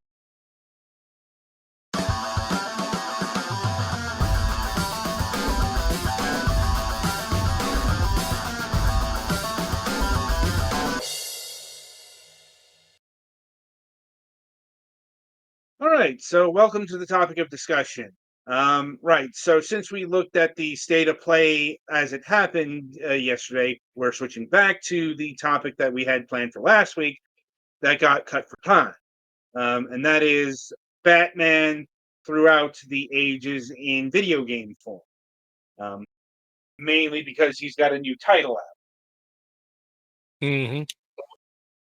which marries like seemingly all maybe not all of the legacies of Batman, because there have been so many of those, but He's a there's a popular lot of, guy, that batted man. yeah. um he's generally considered to be one of the most popular superheroes of all time. And you'd be like, he's like, I'm not sure if he's the superhero who's gotten the most video games, but he's definitely up there. Like, certainly the most DC like based video games. Really, the only character I could think of in the comics first that could rival him is Spider-Man. Um, and Batman has a legacy, um, going all the way back to like apparently, a bunch of European computers. Um, I can't speak to like Batman on the ZX Spectrum or Batman on the Commodore 64. Because, well, first of all, we never had the ZX.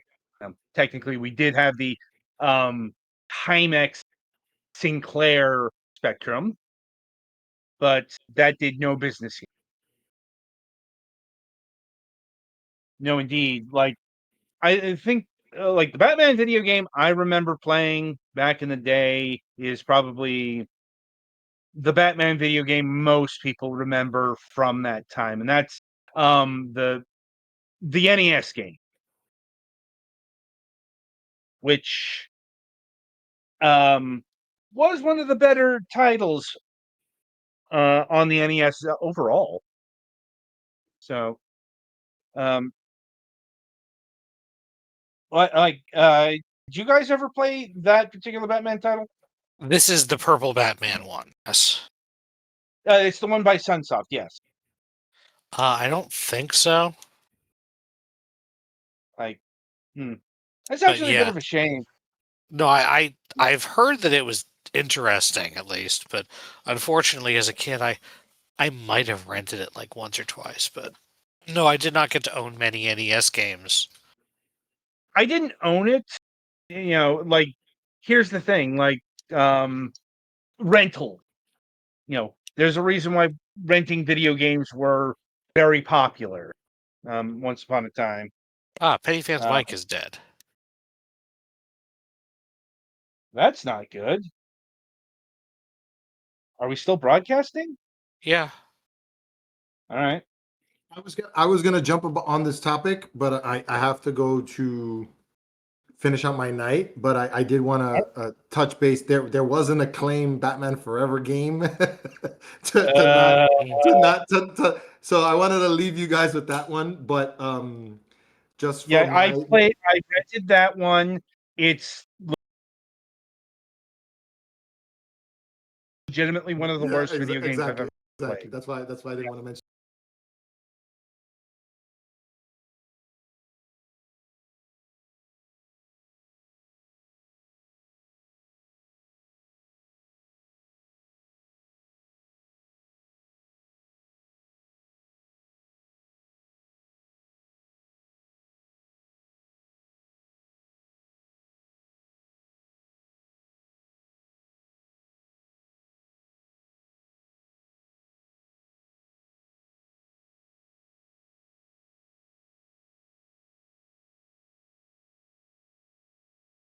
I, Uh-huh.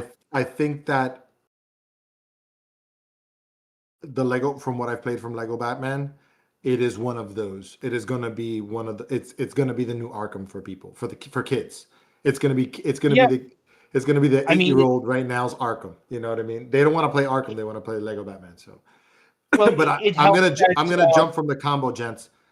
I yeah, will huh? talk to you. Thank you so very very much again. Thank you. Yes, yes.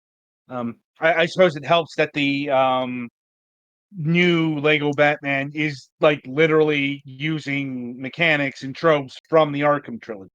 Hmm. Like, yeah, it's going to be beloved like Arkham because it kind of is Arkham. Like, it's a bunch of other things, sure, but if you've played an Arkham game, you will recognize like the bat shell being placed on a wall and exploding like it does in an Arkham game, among other things. Like, even like down to the details, like the way Batman pulls the grate. Um, Like, it wouldn't surprise me if like Rocksteady had direct assistance or direct development on the game. Some kind of input because they're both Warner Brothers studios. Am I back? Uh, you are. Hmm. Okay, for some What reason, happened my there? phone took my microphone input and wouldn't give it back to my computer. Yeah, That was weird. yeah, but yeah, but while I did not have the Batman NES game, I did have the Batman Game Boy, Oh um, man. which is a different title. Um, I will credit Sunsoft for actually doing different Batman games on different platforms. Um, and the Batman Game Boy game, yeah, it's not as good as the NES version. And it's also um, something that would not fly in terms of what Batman does these days. Because spoiler alert, Batman has a gun. Or a Yeah. gun, He can a use gun like like utility guns, just not guns. Yeah. like Once the, Batman pulls a gat, there's some problems. yeah. Like, and yes, I know Batman used to use guns, but that was like in the fucking 40s. Like, Mhm. sup here's the thing. Batman has changed over time because he's fucking 85 years old. Mhm. Like, so it's not surprising that an element that was done in the early days didn't stick or got changed. Like, um I know that maybe beyond the grasp of the more reactionary elements of, well, everything. Um but you know it still happened and has happened. So there's not Mhm. much you can do about it, no matter how much you bray on the internet. Like, um, and yeah, I mentioned with our guest that yeah, I played Batman Forever. Um, Never played it. It's the kind of game that it gave Acclaim its fucking stinky reputation. Not the only Mhm. Batman game to do that. So it's oh uh like what if Batman were Mortal Kombat, but also a point and click adventure game? Like the really bad parts of that, obtuse logic. Because one of the first things you do is you have to grapple. You have to use your grappling gun, but the way you do it is like up and select. Oh god. Like, I get it. Back then there was not a whole lot of buttons. Like, and that's the Super Nintendo version. I have no idea what they did in Genesis Land because I didn't play the Genesis version. I I guess it had a also Genesis, depends if they required a 6 button or not. yeah, but it's just, 'Cause 6 button um, would be fine. 3 button you know, sounds like a hell on earth I don't wanna be a part of. it depends on the game. Like, it wasn't too bad because most Genesis games had the 3 button in mind. Mhm. The problem really arose when you got something either from the Super Nintendo or fighting game. I'm like, oh, fighting games. Because if you didn't have a 6 button controller, and fortunately I did, you were fucked because you had to use that start button to access the other set of Mhm. Street Fighter. You have like 3 punches. You use that for the kicks, I think. I I Um, I played Mortal Kombat 3 back in the day on the Genesis. yeah, I Oh, had Mortal Kombat. Yeah, I had Mortal Kombat 3. I don't remember putting like a ton of time into that, but yeah, since I had a 6 button, it was fine I for got a me. 6 But yeah, button later, but we only had one 6 button. yeah.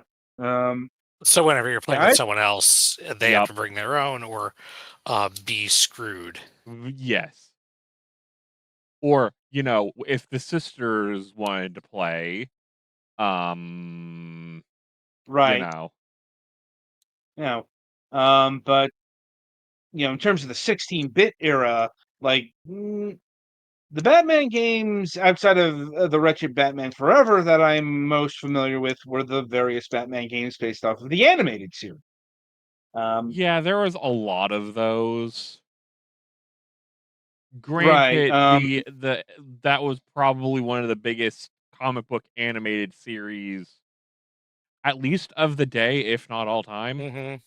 I mean, it's in the 16-bit era, so we're entering the time where, um, yes, we will make a game out of that because, well, not only is Acclaim making games, but Ocean's making games. Fucking THQ, like, good God, THQ never met a license it didn't like. Like, some of the things that they brought to consoles and handhelds just kind of beggars belief. Like, you want to know what their first game was? Fox's Peter Pan and the Pirate. They actually did toys for that series. Ah. Like, and like they did a game off of the Attack of the Killer Tomato, the Yeah. cartoons. I Because could they go made a on. cartoon series out of that Yeah, Fox Kids was weird, for, but and I that is quote, reasons. anyway. Getting back to Batman the Animated Series. Let's see. I rented the Super Nintendo version. Um, it's a solid game, though maybe like it always struck me as a bit bland coming from Konami. Like, Konami generally was good with their licensed games. And I'm not saying this is a bad game. It's just it was a bit hate by number. Um, so I definitely liked it a lot more than the Sega Genesis, um, which is kind of renowned for being difficult. Even by the standards of the time, this is a difficult game. It looks amazing. It plays pretty well. It's one of those games that, to speak colorfully here, will crush your nuts over and over again and enjoy doing it. Um, that's probably why it's only 4 levels long. Like it's just they're very long levels and they are very difficult. Like, and I actually had the Sega CD, Batman, Batman the Animated Series game, um, and also something I keep kind of meaning to do is to take a look at the quote unquote Batman the Animated Series, the lost episode. But after the Warner Brothers blockage, I am more hesitant to do so. But basically, the selling point of the Sega CD title was it had like 18 minutes of footage from the people who brought us the animation of Batman the Animated Series. I mean, it's kind of constrained by the fact that it's operating off of a Sega CD, so it's kind of rough looking. Hmm. Also, the gameplay segments are not the best. Like, I suppose it comes down to: did you like the driving segments in Batman Returns for the Sega CD? That bad, Because huh? if you No, I'm kidding. Well, it's like if you did, they made an entire game out of it. That is what Batman the Animated Series for the Sega CD is. Um, Hmm. but uh, it was okay for what it was. Like you could do so much worse. In terms of Sega CD games that had full motion video, like at least this was a video game, like as opposed to fucking Sewer Shark, like or I know Night Trap has its fucking defenders. I'm not one of them. Or Double Switch. Or Corpse Killer. I'm Like I pretty said, sure we can make a list about 3 miles long. certainly of bad FMV games that came out around this time. Mighty Morphin Power Rangers for the Sega CD. Oh Mhm. God. It's like, what if Mighty Morphin Power Rangers was Dragon's Lair? And once So again, totally just cinematic bullshit. Yep. By cinematic, it's just literally footage from the first episode. Right.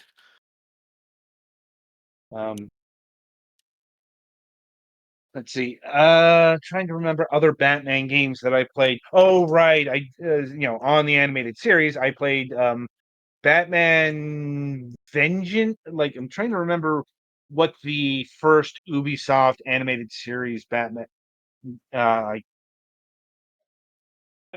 for the GameCube. Yeah, it was Batman Vengeance. There were two of them. Batman Vengeance was a game that existed.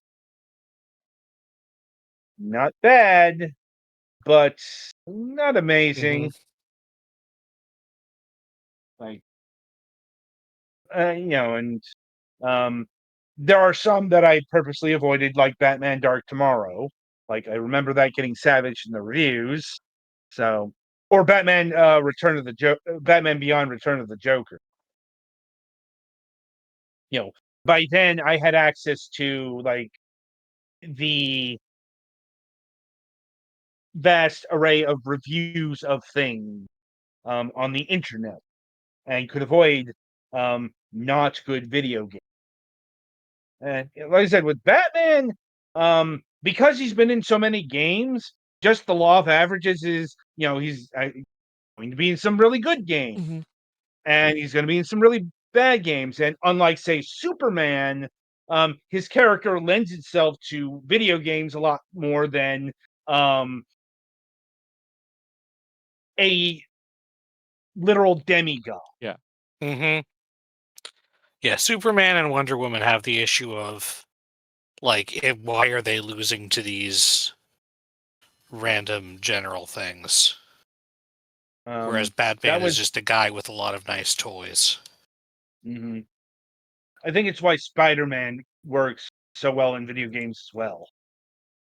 The Spider-Man is actually fairly strong. He is, but he's definitely more street level than the Avengers or Mhm. the X-Men, that kind of thing. Um, of course, tying to the topic here, and what just came out, um, probably the two big pillars of Batman in the modern age, which is actually kind of amazing, considering that the Arkham trilogy has been done for over 10 years now. Yes, they released an Arkham thing just a couple years ago in Batman Arkham Shadow. That's a VR game. Mhm. Um, I will say it is an actual game as opposed to Batman Arkham VR, which is interestingly enough the last Rocksteady title. Um, before they moved on to live service bullshit.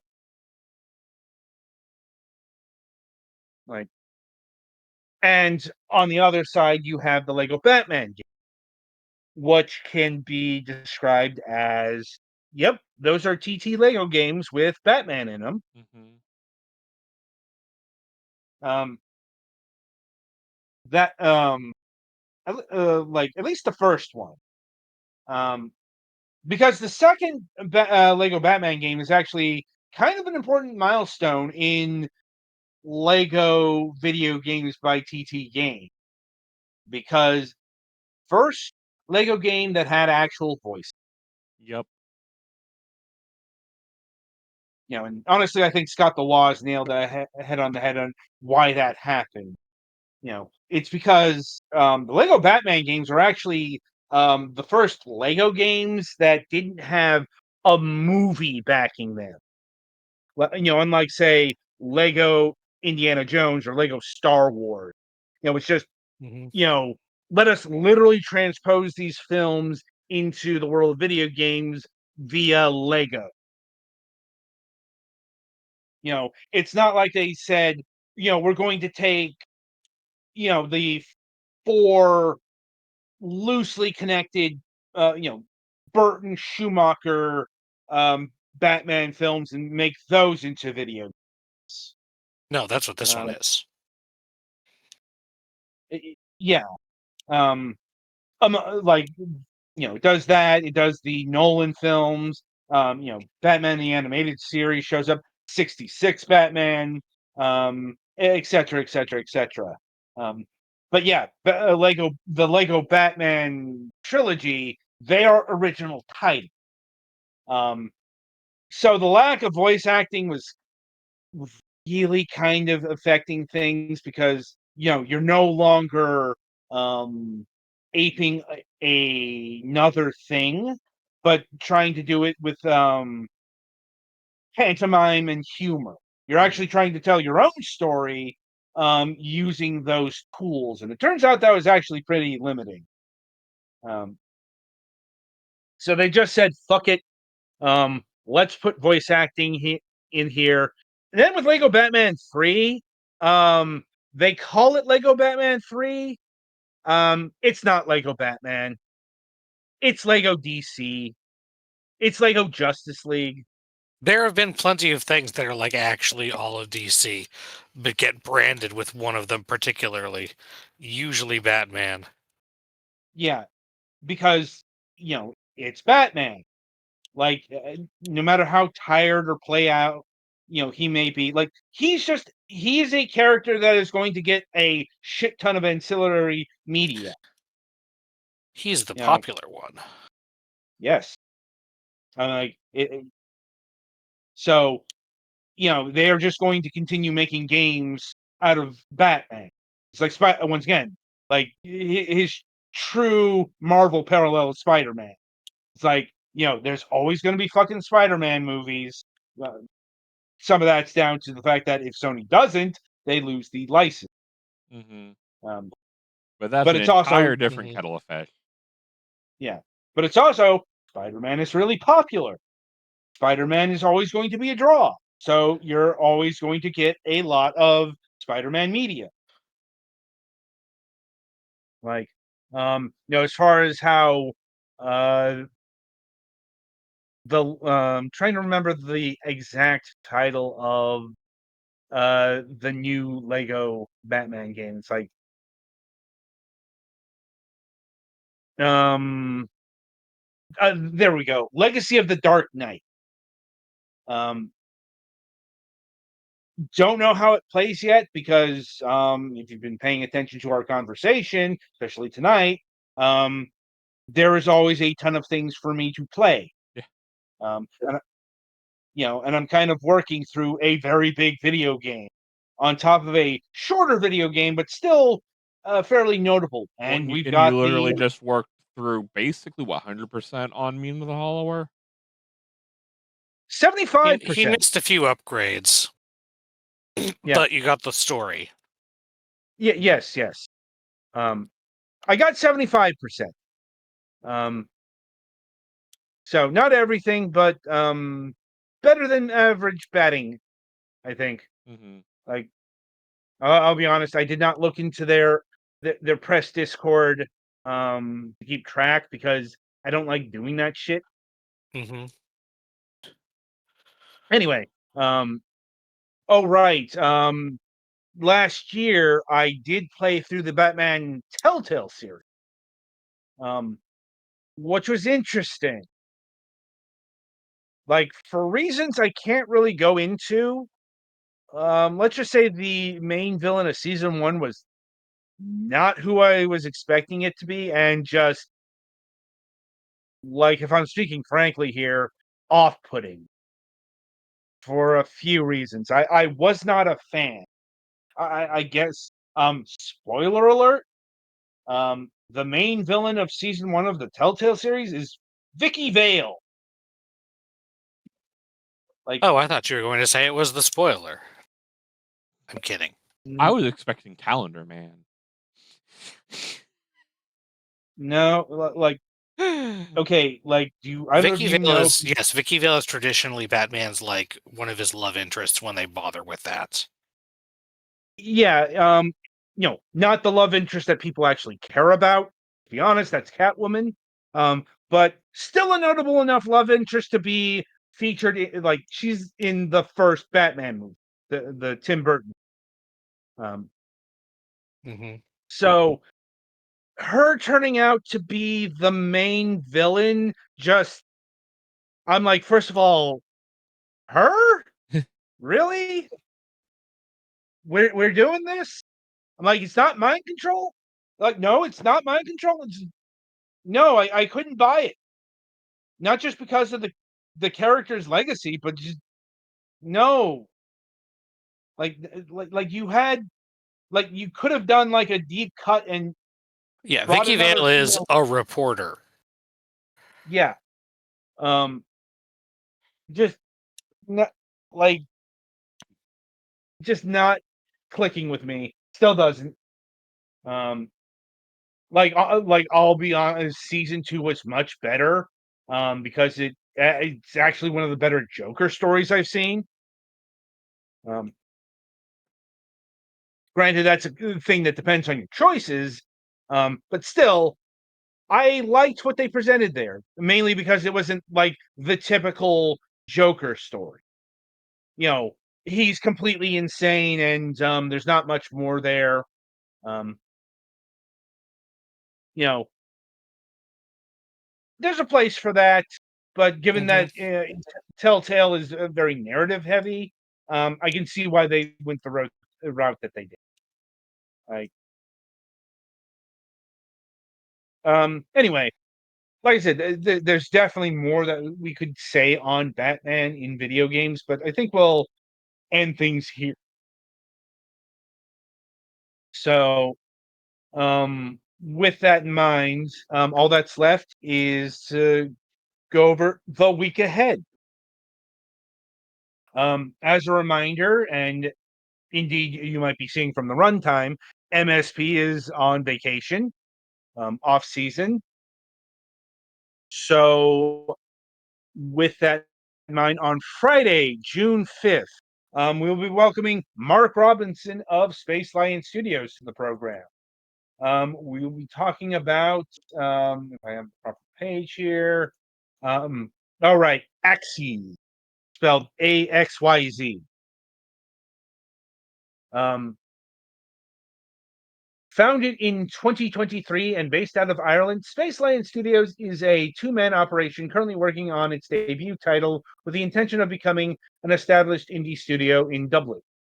We are heavily influenced by a range of puzzle games from the 90s and aim to bring ideas from this era into the 21st century for old and new players alike. Axyz is a vaporware-styled gravity-switching puzzle game. Once again, I postulate vaporware is 80s, but we'll talk more on that on Friday. And coming up on the Sunday reviews, we'll be having reviews of The Prisoning, Fletcher's Quest, Erebon, Shadow Legacy, Amanda the Adventurer 3, and the New Zealand story, Untold Adventure. And with that, until next time, I shall wish you good gaming.